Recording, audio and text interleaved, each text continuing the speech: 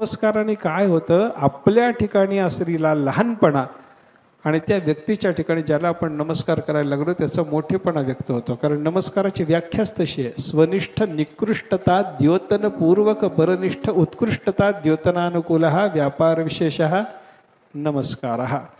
आपल्या ठिकाणी असलेला लहानपणा आणि समोरच्याच्या ठिकाणी असलेला मोठेपणा व्यक्त करण्याकरता केलेली क्रिया म्हणजे नमस्कार.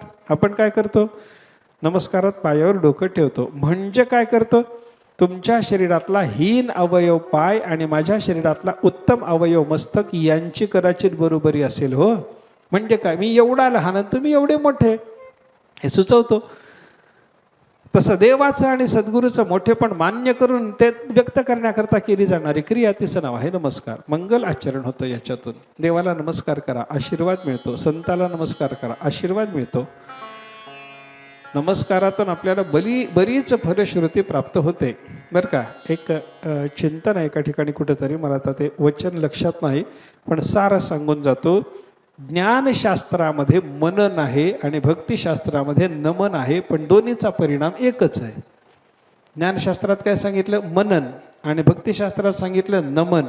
नमन केल्याने काय होतं? न मन ही अवस्था प्राप्त होते. न मन ही अवस्था प्राप्त होते म्हणजे मन मरून जातं. मन हे राम झाले, मन हे राम झाले होतं. कशाने? न मन करण्याने, नमस्काराने. आता मनन करा. ज्ञानशास्त्रामध्ये मनन केल्याने काय होतं? मन न ही अवस्था मिळते. न मन होणं काय आणि मन न होणं काय